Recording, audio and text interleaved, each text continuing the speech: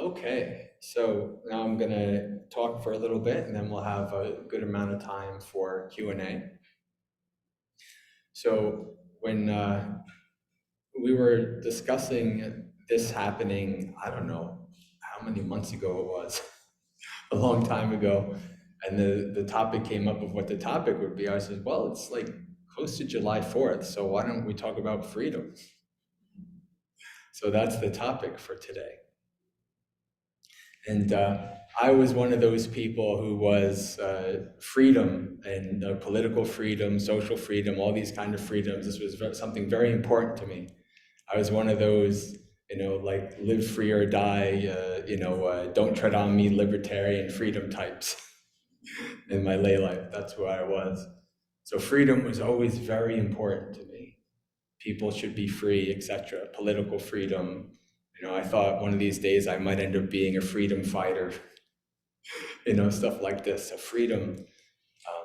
My favorite movie of all time is Braveheart. Where he screams about freedom the whole 3 hours. So this was kind of like a really important aspect of my lay life, my world, like my philosophy of freedom. And as I started meditating, as I started getting into Buddhism,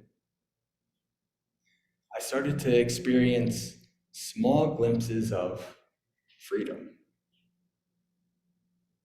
And the Buddha talks about ultimate freedom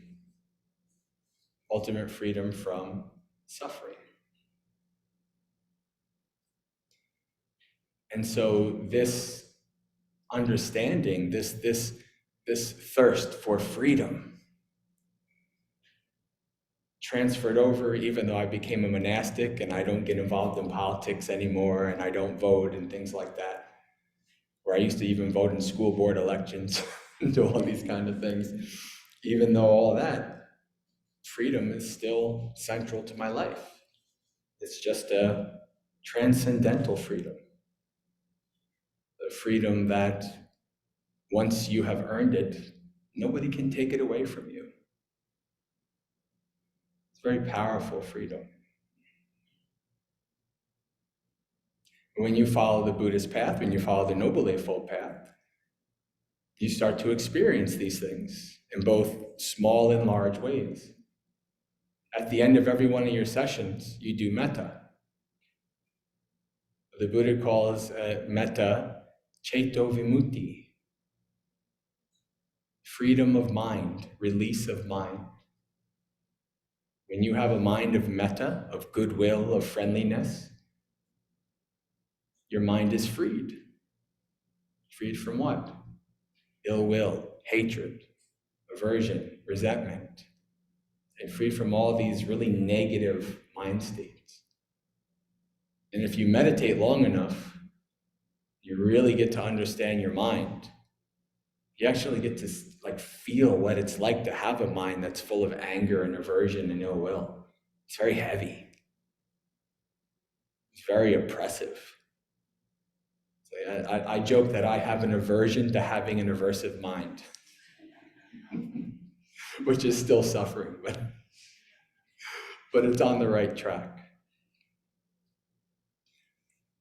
So freedom, both in the ultimate sense and also in these everyday sense, is something that you will experience as you start to follow the path. Another freedom is freedom from yourself. You start to practice, you practice lots of metta to yourself, and you start to investigate the mind and see things, and you start to realize, geez, how much I cause myself suffering.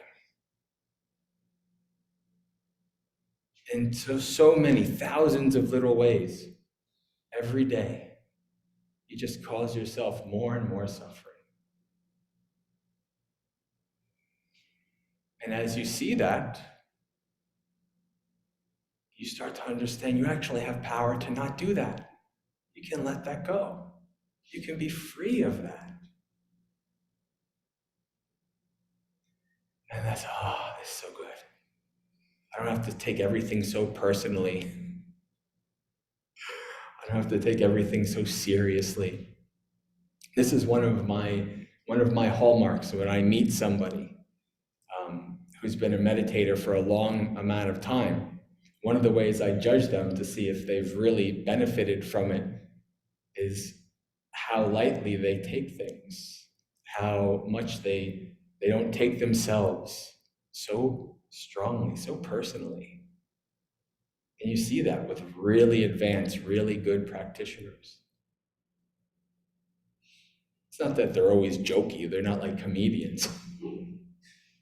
There is a seriousness and a dignity and things like that.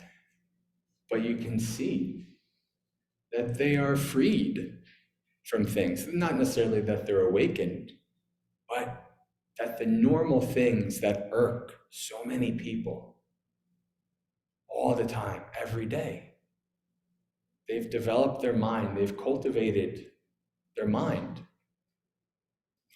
so that it doesn't bother them as much. They're not suffering as much. It's a very powerful thing. Even if you don't subscribe to the whole shebang, the whole rebirth and karma and samsara, even if you don't subscribe to all that, you still follow this path, you still do this practice, and you'll start to see a little bit of that freedom. And the very first lines of the Dhammapada, which is a very famous book of Buddhist verses, it goes like this: all things come from the mind. Mind is their master, mind is their maker. Actors speak with a defiled state of mind, then suffering follows you as the cartwheel follows the foot of an ox. And so what this imagery, this poor ox is latched to this cart. There's probably, the cart owner, maybe the farmer needs to get the goods to market. He's whipping the ox. Come on, we got to get to the town. And this poor ox is carrying this heavy load, attached to this heavy load, not free. This poor ox is oppressed, made to do what the human owner makes him do. And this is the simile of a heavy, horrible, defiled mind. Very heavy, very oppressive.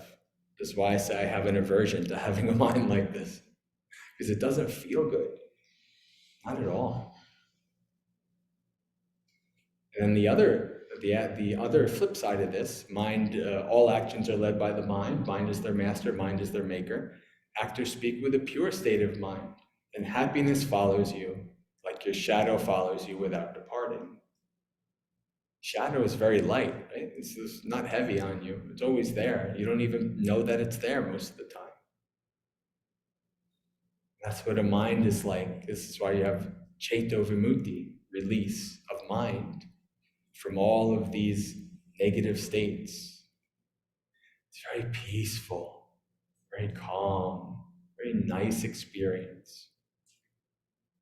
You don't have to be a full-fledged Buddhist to experience that. However, the Buddha does go further. The Buddha tells us that we are stuck in this cycle. We're stuck in this cycle where, because of our craving, because of our desire, we keep wanting experiencing things over and over and over and over again. We reach the end of life and we're like, man, this is so, I didn't get to see everything. I want to come back again. How many of you have thoughts like that? I remember when I was younger, I was like, man, I'm not going to be a spaceship captain in this life. Maybe I'll be born again in the future. Now these days I'm like, I don't want to have to go through high school again. And I don't need to be a space captain. Let me end this. Let me end this cycle. Get out of this cycle of suffering. This freedom, the Buddha talks about three aspects, three things that you develop in your mind along the path. is you start to see things as they are. First one is nibbida. Nibbida, this means like a disenchantment. Disenchantment with your experience, disenchantment with the world. And this shouldn't be misunderstood as like a hatred. Or if you have a hatred or an aversion to the world, you're not escaping it. You can't transcend it. Whether you're really excited and like it or you really hate it, you're stuck. So this is simply kind of like, many of you probably have had children or you've been around children. And you know, maybe when they're like 2 or 3, they have this favorite toy. And they just always want to have it with them. And if you we have to go in the car, we have to go. And the toy is forgotten in the house. And then the kid's like, just like screaming. They want that toy. They can't be away from that toy. We're going on the trip to the supermarket or whatever. They have to be with that toy. As soon as you go, okay, you go and you get the toy, you give it to them. They're like, right? Then what happens a year later, 2 years later, 3 years later? That thing that they cherish so much in the corner somewhere. They've either just totally given up on it or they found something new that they're really excited about. But this nibbida is like that. It's like the child that's like, it's not that they hate it, they dislike it. It's just that intoxication, that excitement for it is just not there anymore. That's what you experience. Because when you start to see things as they are, right? The world is like that guy in The Wizard of Oz, right? Pay no attention to the man behind the curtain. But as soon as you start looking behind the curtain, you can't unsee what you see. That's wisdom. That's insight. Then when that happens, you say, oh, yeah, this stuff is just, it's not as exciting anymore. It doesn't hold me like it used to.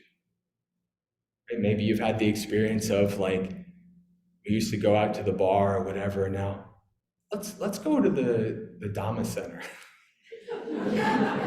Let's go on a weekend retreat instead, right? That's nibbida.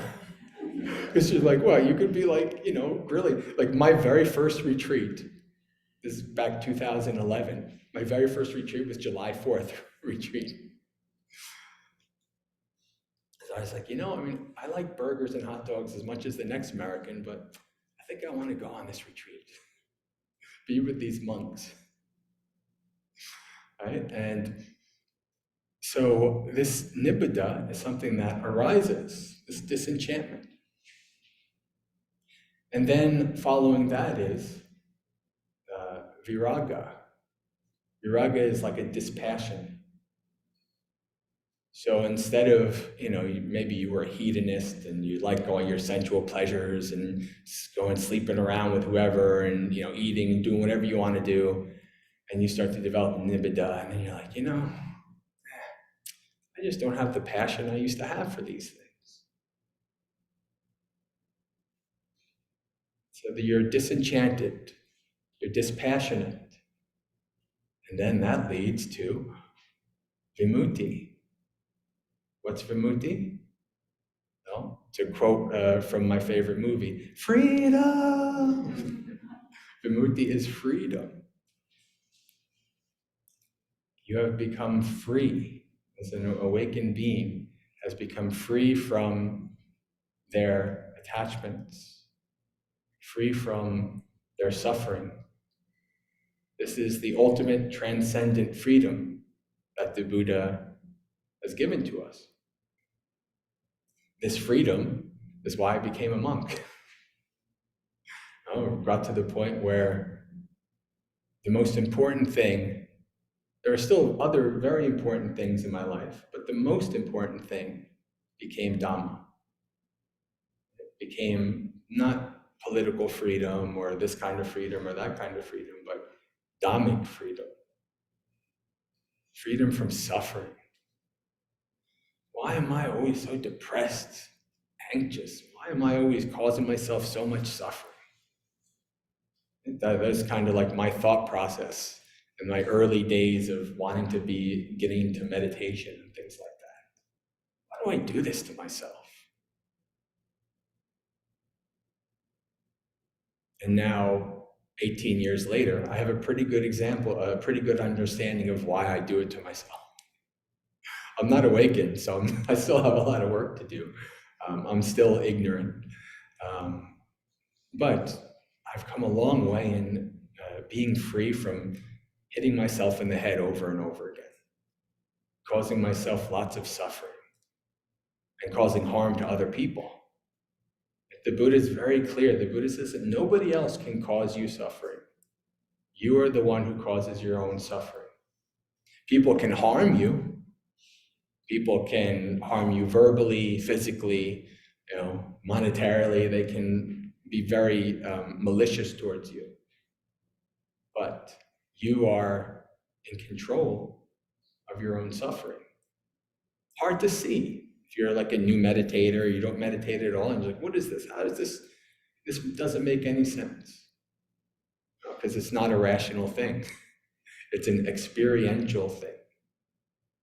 Something that you see as you start to understand your mind. It's kind of like maybe you were like me and the kind of person who, even growing up and even as an adult, I can't just put my finger on the stove once. I have to keep doing it over and over again because I'm just dense. Growing up, I'm Italian, and my mother, one of the words that I was called often was capadosta, hard head. So I'm that kind of dense person that has to keep hitting myself over the head over and over and over again. Keep having to touch the stove over and over and over again. So, oh no, okay. But then this path allows me to, whoa, wait a second. Why do you keep doing this to yourself? How about we don't do that anymore? This is a good idea. Okay, let's not do this anymore. Let's not have so much aversion and ill will towards myself. Right? Let's not have, because I was that kind of a person. I was very agitated, very negative person. Very kind of like, I see sometimes I come across people on the internet these days, very rarely in person, but you see people type like, things like, humans are a virus on the planet and it'd be better off if we were all dead. Things like this. People can get really nihilistic and really down on humanity. I was one of those people, I know. But the practice has allowed me to let go, be peaceful, be it free, be much happier, much more content. Freedom from all that. I'm not fully free. I'm quasi-partially free, but still a long way to go. I can't tell, I don't know how many percentage of the way there I am, but I still have a long way to go. We all do. So each time, as the further you go down along the path, the more freedom you experience. And it's not an external freedom, it's an internal freedom. You are letting go. You are freeing your mind. And as a result of that, there's more peace, more contentment, more happiness. Very powerful, very beautiful thing to be able to do. The Buddha says we can all do it. It's just that some people, I remember I used to work child protective services, and first I was the guy who meditated in the office, and then I was the guy who was the Buddhist. And so every once in a while, people would make comments. Like I remember I was talking to the woman who was the head of the whole office, and she's like, I always think about trying this meditation thing, but my mind is always so busy. I said, well, welcome to being a human being. That's why you meditate. You meditate because your mind is this way. Because there's no clarity, there's no wisdom, there's no ability to not suffer. That clarity, wisdom, insight gives you the freedom to not suffer. Very beautiful thing. And since this is the end of the big weekend, the 4th of July weekend, freedom, lots of fireworks going on. The poor cats I'm staying at, maybe some of you know Aya Sudama. She's a bhikkhuni, a female monastic who lives close by, and I'm taking care of her place while she's in Germany. So yesterday, the poor cats were freaking out because all the explosions. They were not free from suffering. But even they can be free from suffering. Hopefully in the future, they can become a human and listen to the Dhamma. We can all be free from suffering. But with that, friends, I wish you all eventual freedom, gradually until eventually freedom from all suffering. So now we have time for questions. Questions both on the Zoom and questions in person. You can ask me questions about anything related to Buddhism, anything related to meditation, anything related to monastics.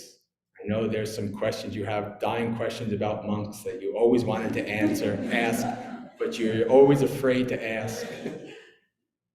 You can always ask me. I've been asked all kinds of wacky questions. I like answering questions, so no problem.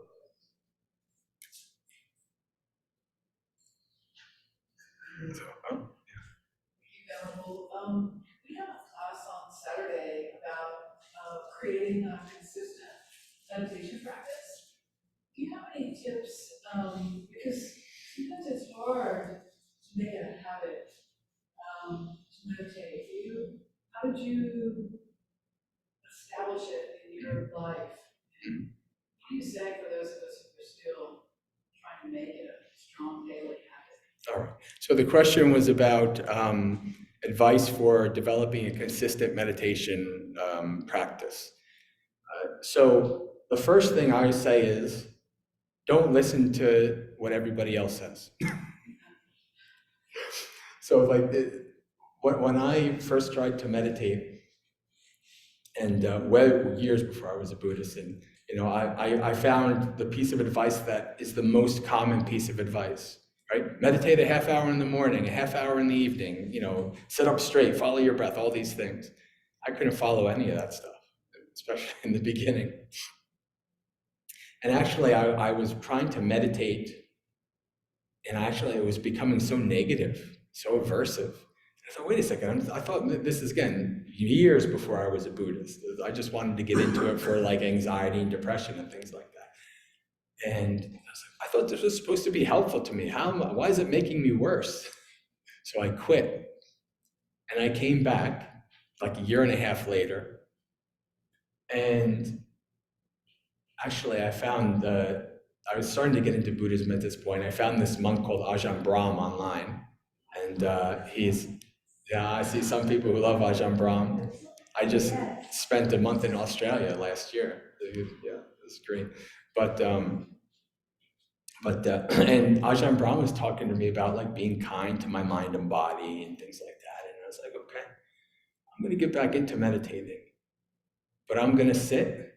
I'm not going to set a timer. I'm not going to set any expectations. I'm just going to sit. And so for however long my mind and body are able to sit and be there, that's as long as I'm going to sit. And at first it was like 2 minutes. But every day I sat for 2 minutes, 3 minutes, 4 minutes, 5 minutes. If you observe your mind, I often talk to my mind like a child. And it should be like you can negotiate with it. If you say, okay, mind, we're going to sit for a half hour, and your mind's like, right? Temper tantrum. No, we don't have time for a half hour. Do you have time for 5 minutes? I have time for 5 minutes, right? You can like convince your mind. It's like, okay, we're going to sit for 5 minutes. Okay. And then if you're able to kind of set that time, just if you can I'm going to be at a certain time, a certain place, and I'm going to set that as my intention, that's good. Not everybody can do that, but that does kind of help to set the habit, because it's building habits. That's what it's about. It's building habit. And you have to start small, like anything else, right? If you want to learn how to play the guitar or whatever, or play the piano or sew or whatever, if you just all say, for 3 days in a row, you just do it 10 hours a day, afterwards you're just like exhausted and then you might not do it again for 3 weeks. So like, well, that was kind of useless. What was the point of that? People might go on a meditation retreat for 7 days and it's like, oh, this is so wonderful. And they come back and, they start to meditate every day. And after a month, they're like, oh, I stopped. And then they don't go back to it again. And so you have to start small. When you start out small, you set up those habit cues, saying this is the place, this is the time, this is, even if you're just like with my job, I was always moving, always traveling. So even just the car I was in, that was just like, okay, now I'm going to sit and just meditate for a couple minutes. And so just giving yourself that kind of less expectations and trying to set up the habit, right? Consistency is way more important than length. The length of time and all that stuff will come later. The most important thing to do is, this is going to be something I do every day.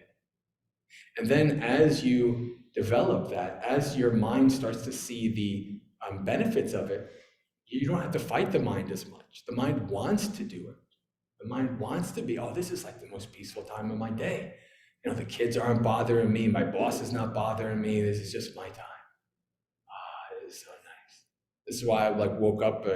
I went from being a night owl who liked to play video games all night to waking up at 4, 5 o'clock, 5:30, go to the gym, meditate in the morning. It's like, oh yes, nobody's awake. Nobody's bothering me. This is great. And that just, all of that started with, I'm going to sit. And whenever my mind and body is done, I'm done. You start out small and build it up, And once you start to have it, once your mind starts to see the benefits of it, and you start to make it a habit, you keep going with that, eventually it just becomes part of who you are. It's not even something that you have to remember that it's on a schedule. You just do it.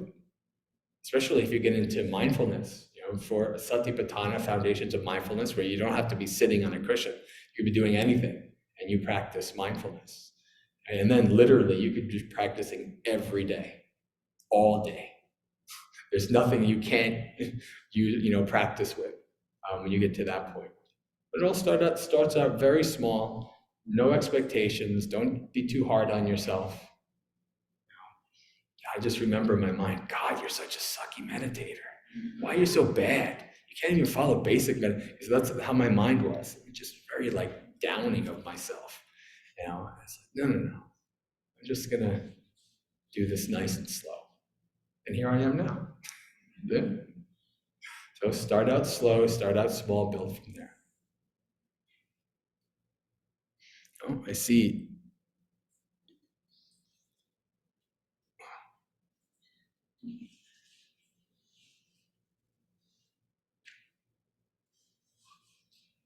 Jeff says, oh wait, no, this is direct message. Maybe it's not for everybody. Let me just read it first.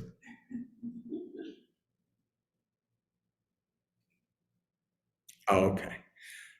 So Jeff is saying that he did develop, he practiced for a decade and he developed some nibbida and viraga, and a traumatic event ignited some PTSD. I found myself suffering. How can I get back on the beam? So this is part of life. This is normal. This is absolutely normal. Your meditation path is not a straight line. It's a zigzag with lots of pits and valleys. And so you're going to have times where stuff from the past, there are things where I thought that I kind of let it go. It's like, oh, wow, yeah, this meditation, this is great. I let this go. And then something comes up 5 years later. And I was like, oh, I guess I didn't fully let it go.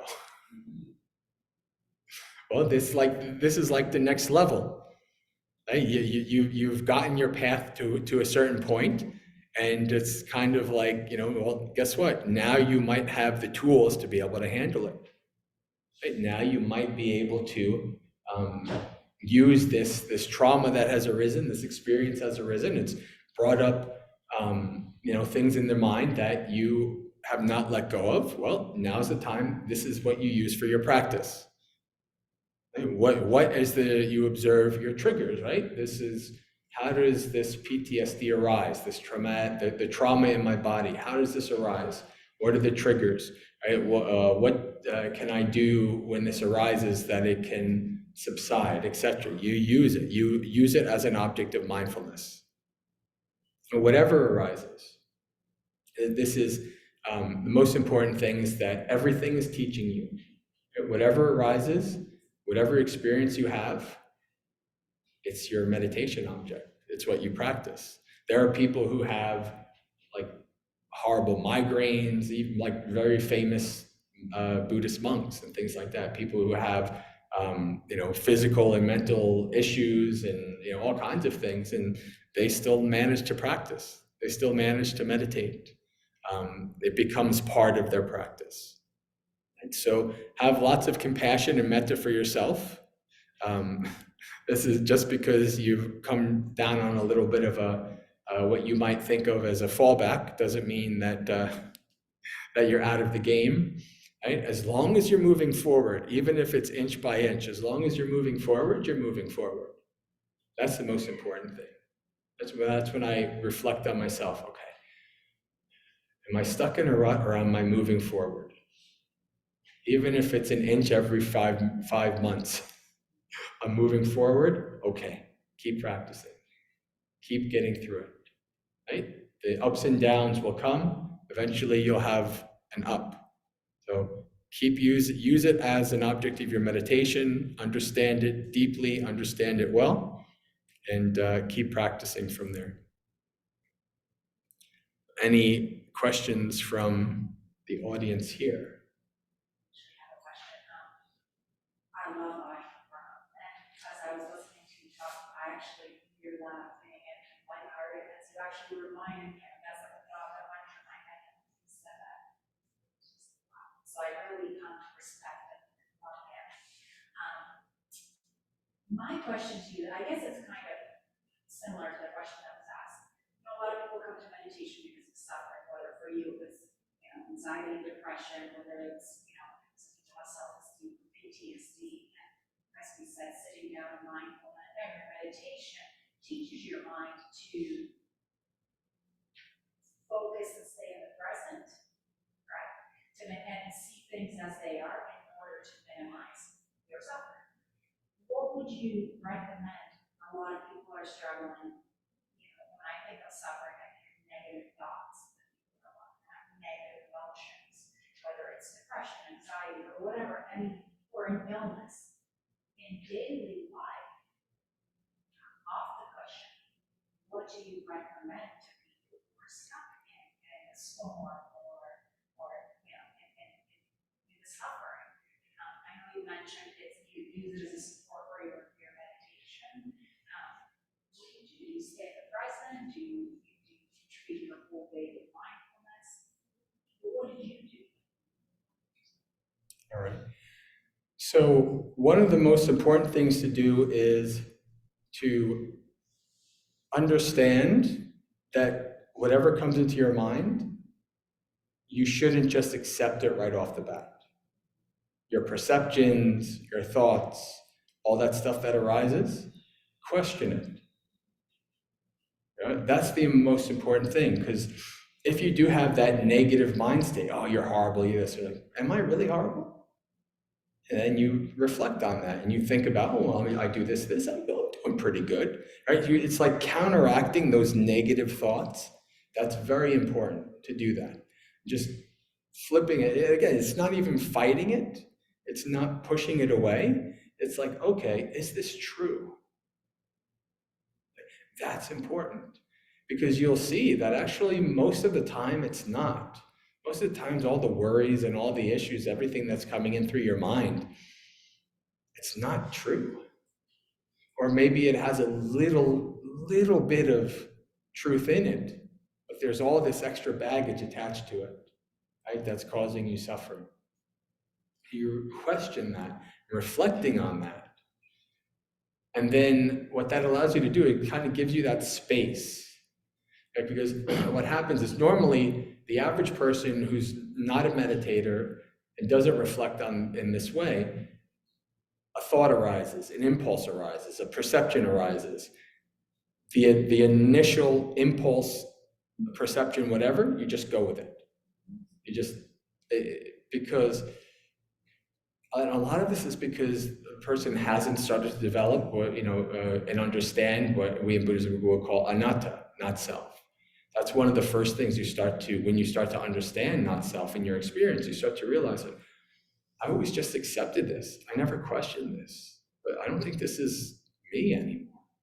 I don't have this attachment to this as me. So when a thought arises, like there is a part of me that will come in, like the really negative, stuff, and I was like, no, you're not good, right? You're pretty useless right now. There might be, if I become really arrogant and into myself, come back. Then maybe I need the balance, you know. but no, I don't need this. No, I don't accept this. Right? And this is one of the freedoms that you get as you start to practice. It's hard to see at first, but that is a technique. That's a method that people can do. They can question. Always question, investigate it. Right? There's 7 factors of awakening that the Buddha talks about. The first one is mindfulness. The second one is investigation of phenomena. So whatever's happening, you investigate it, you question it. You look at it like you're looking at the source. What is the source of this? Why did this arise? How can I allow this to cease? Right? This is all part of developing insight, developing wisdom to understand. So if you can at least minimum question, at least just not accept it right off the bat, that's a great first step because you're separating yourself from it. That's an important thing. And also, when you are if you are mired in very, very strong mind states, or maybe even very, very strong pain, physical pain, if you can do that separation, if you can kind of like become the investigator, you'll find that when you do that, the pain is a lot less. You'll find that all of the mind that's harping on you, the power it has over you is a lot less. It's because you've kind of done a little bit of a detachment from it. It's not fully controlling you. You've kind of seen through it, and you've separated yourself from it. And so, if you're able to do that, now this is not people might get it confused with like a disassociation or various like psychological things. That's not what this is about. This is kind of a confusion because it's hard to explain these things. It's much easier to experience them. Well, not easy, but it takes years of practice. But it's easy to experience than to explain, I would say.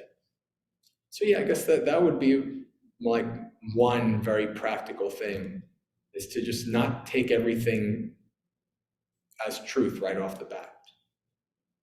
This is one of the things you see is if as a meditator is your perception is really faulty. Like there's a reason why these days they don't accept like eyewitness accounts as like fully true these days, because they've realized now that like eyewitness accounts are like horrible. Right? That's a good example of kind of science realizing like, yeah, your perception is probably wrong here. It might be right. It's not necessarily that everything that comes in your mind is wrong. It's that you just accept it unquestioningly. If you question it, you investigate, you understand it, you say, okay, no, I don't accept this. Or there might be some truth into this, but maybe I address it in a better time, in a more skillful way with mindfulness, right? Stuff like that.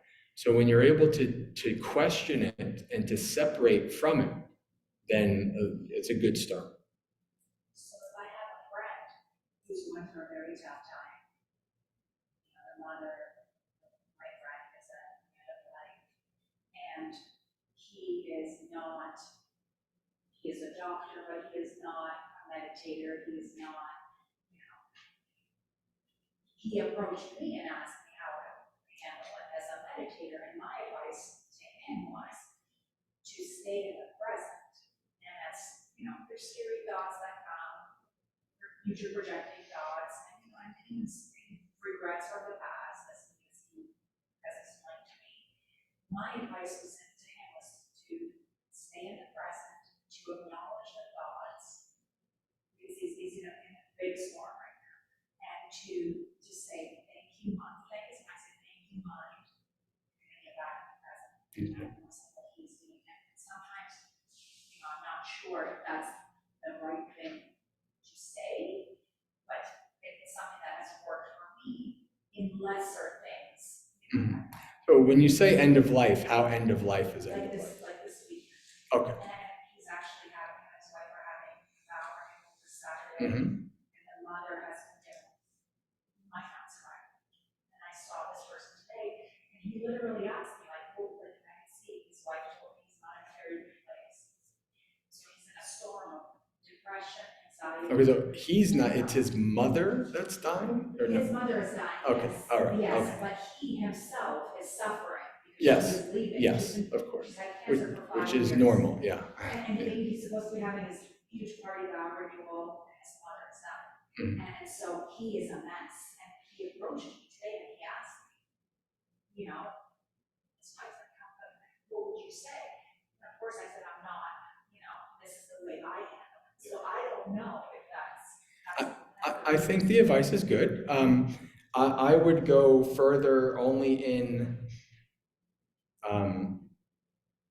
terms of one of the things that we normally do these days, especially because we're so divorced from death, is that we just totally avoid it. And then once it happens, you know, whether somebody close like a mother or something like that, we just fall apart. We just like, because we've spent our whole life totally avoiding it. Right? He sees it every day with me. So it's That's true, actually. That's a good hard, point. you know, and it's, All right, so, yeah, I don't know. well, even though he is an ER doctor, he still might have mental mechanisms that divorce him from, Yes. you know, reflecting on death is very important. So what I usually recommend for people to do is when they're with somebody who's dying, to be with them, right? To be with them 100% mindfully, to be with them, to observe the process, to really be there. I've held the hand of multiple people when they died. And I've been around a lot of people, a lot of cancer, a lot of death in my life. And that's what I always encourage people. If you can be there, be there. And just to be totally there. You don't have to say anything. You don't even have to do anything. Just be there, hold a hand, observe the process. Just watch. And that's a very profound, important thing. And doing lots of reflecting on death is also very important too. Right now, it's a little, I mean, it's happening. It's like right in the middle of it. So I would say, yeah, just to be as present as possible, to be there, and to allow himself to go through whatever the process is. Right? And even feel your feelings, sit with the anxiety, sit with the depression, accept it, feel it, and get out of your head. And whatever process he needs to go through with the grieving process, he should let himself do it. No repression, no suppression, just allow it to be, allow it to happen. That's the best thing, is if you do some kind of repression, suppression, it just means more suffering later. It's better to fully be there, to really let yourself go through the process. If you gotta cry, you cry. If you gotta scream, you scream. If you gotta take off for a week and go somewhere, you take off for a week and go somewhere, right? Whatever it is, you need to allow yourself to be able to do it. And so, yeah, I think that's good advice. Let me just see here. Bobby asks, is the biggest hindrance in your practice? Did it change as your skills develop? Yes, changes all the time. In the early days, it was most people's. It was, the monkey mind, right? It was restlessness and remorse, as we call udacha kukucha. The mind always goes. These days, probably between 70 to 80% of the time, my mind is completely silent. Monkey mind's gone after many, many years. But when I sit down, my hindrances, many of them are still there, including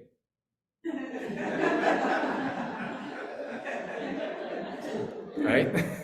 So yes, in terms of sitting meditation, my biggest hindrance is that sloth and torpor, which is pretty common for people who become a bit more advanced. You've kind of gone past what most people think is the hardest thing, but actually it's not. Sloth and torpor is way harder to understand, because how can you be fully mindful when you're falling asleep? It's really hard to be fully mindful when you're falling asleep. So yeah, people ask me, it's like, does the path get any easier? I say, no, it gets harder.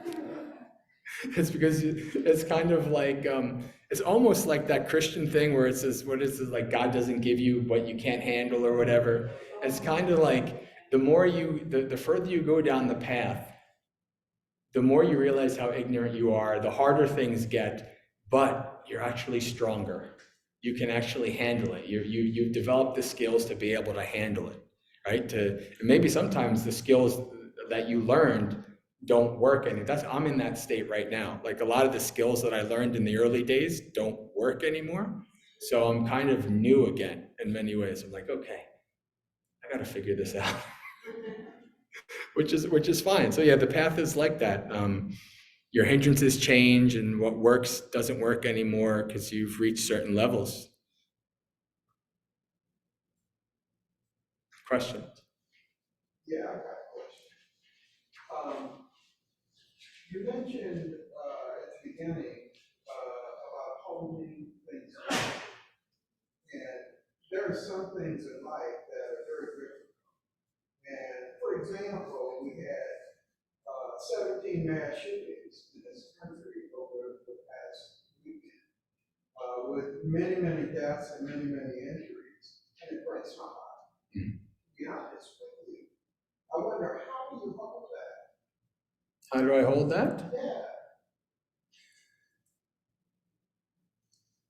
One of the things that you start to see as you start to understand the mind is, when you start to understand your mind, you start to understand the minds of others. You start to have a greater insight into why the world is the way it is. And you develop what I call, so the Buddha is very famous for his compassion. But what most people think of as compassion is not the Buddha's compassion. The Buddha's compassion is kind of like, the Buddha is said to, the simile is, he's up at the top of the mountain and he looks down and he sees all the people being stupid as heck. And he says, oh God, these poor people. Well, I can't do much for them. I can only share the Dhamma. And that's what he did. And so you start to develop this kind of, this grander view of the samsaric state that we're all in. And yes, this weekend, this is the first I'm hearing of this. Lots of people have died. This is true. So what can you do about it? Maybe you can do something, maybe you can't. In the grand scheme of things, you get to the point where, well, the only thing I can do is do the best I can for myself and the people around me. So let me focus on that. My job, Child Protective Services, people always ask, like, how did you last for 10 years? And well, I'd be like, well, I'm a guy. Like, there are like mothers who did that job. I always wondered how they lasted for so many years, seeing all the stuff with the kids and things like that.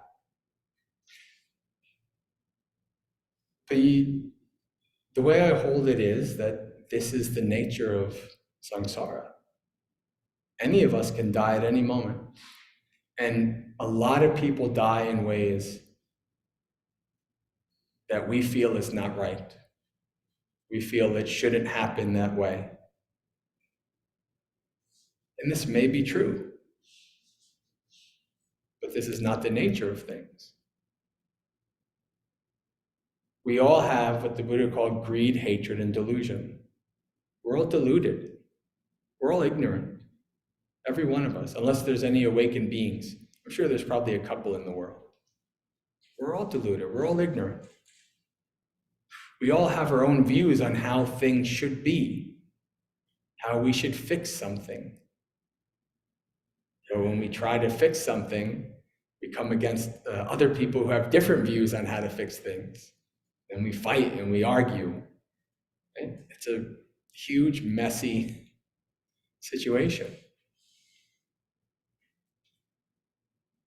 So when people have died, what can we do but to celebrate their lives, right? To do what we can to make the world a little bit of a better place, with expectations that we're really limited in what we can do in that regard. This is one of the things that people who become like activists and they try to do a lot of changes, they burn out after a time because they're not doing it with, how shall I say, realistic expectations. I know I was one of those people.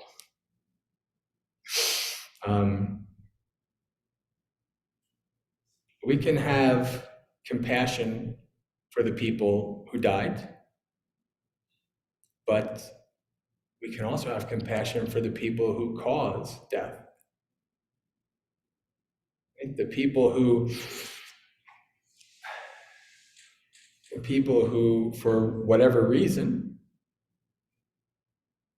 whether karma, environment, abuse, whatever, do really unskillful bad things. The Buddha's transcendent compassion is for all of us, because we're all siblings in suffering. Buddha says that you'd be hard-pressed to meet any person in your life who at one point wasn't your mother, your father, your sibling. Even if you don't fully subscribe to the whole karma and rebirth thing, what would the world be like if you viewed everybody as your mother? People would probably treat each other a lot better. Of course, there's no utopian visions in Buddhism. The Buddha did not expect ever that everybody would, be perfectly awakened and perfectly kind to each other. But we can all practice in such a way. So when it comes to myself, if it's something far away, I don't dwell too much on it. If it's somebody in front of me, I give all of my time. I was just walking, this is a week ago. I was just walking everywhere I'm a nomad, I don't live in one place anymore. I just spend a month here, 2 months there. And I always try to kind of make like a mile walk so I can do my two mile walk a day. And I was walking and I'm coming up and I see this guy, he's just out in the road, he's shirtless, he's going like this, and I'm like, okay, either he's mentally ill or he's very distressed. And then I was up a little bit. My alarm bells were up a little bit, just a little bit. And I come up to him, he turns around, he looks at me, he comes up to me and he hugs me and he's crying. And I hugged him back.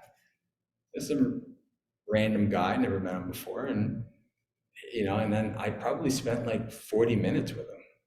just right there on the street, because I was trying to get what he was trying to say. Because, you know, when you're like in that very strong emotional crying thing, and like you're just saying words, and the person's kind of like, okay, let me try to piece this together. Right?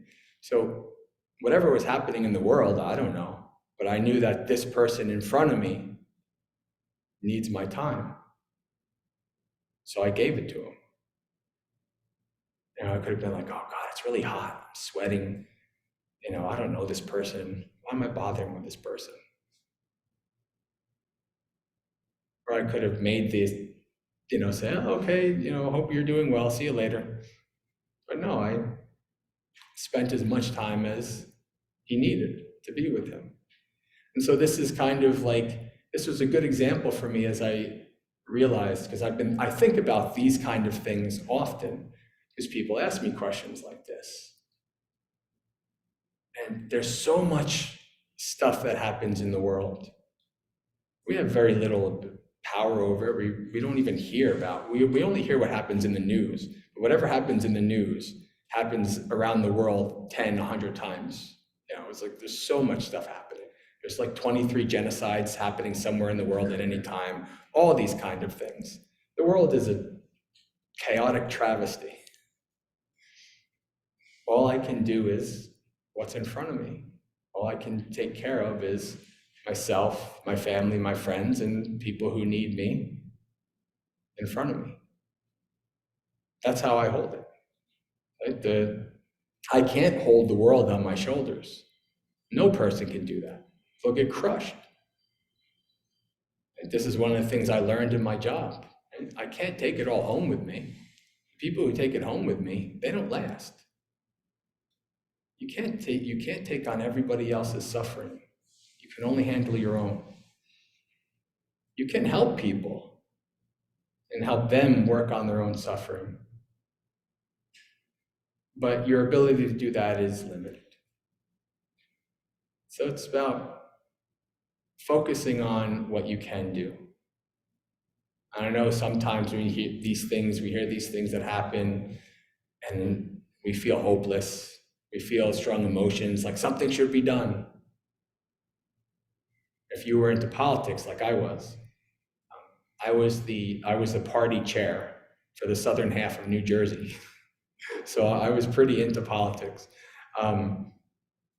You often realize that when bad things happen, people rush to do things. And a lot of times what people rush to do ends up causing more suffering in the end, more issues. Nobody's rushing to do anything with this. Yeah. Oh, I don't know.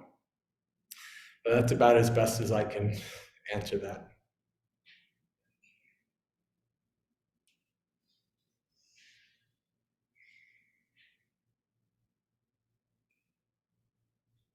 We're actually past time.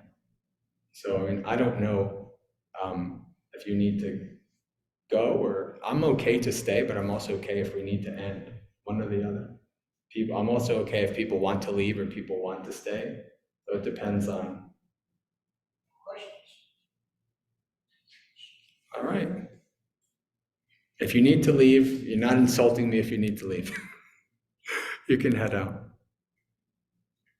Yes.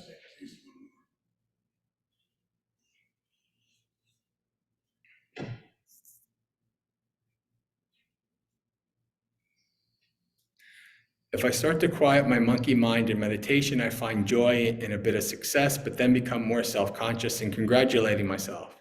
Is that good cycle to work through, or a problem to before? No, it's good. So the Buddha says that we have what he called the fault-finding mind, very negative mind.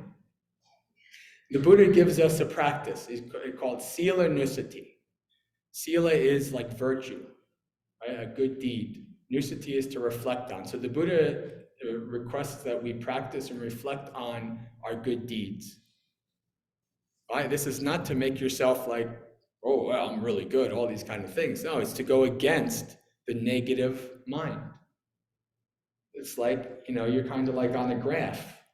right? If you're all over here, it's like, I am the best, I am, arrogant kind of like total, whatever, narcissist, then yeah, you probably need to move towards, maybe you're not that great.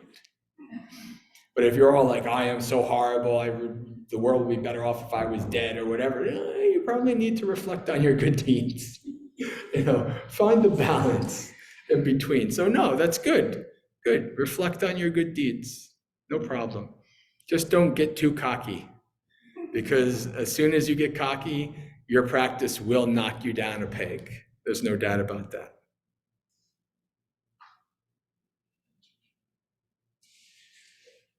Three sadhus. Sadhu. Sadhu. Sadhu. And for those of you that don't translate, excellent, excellent,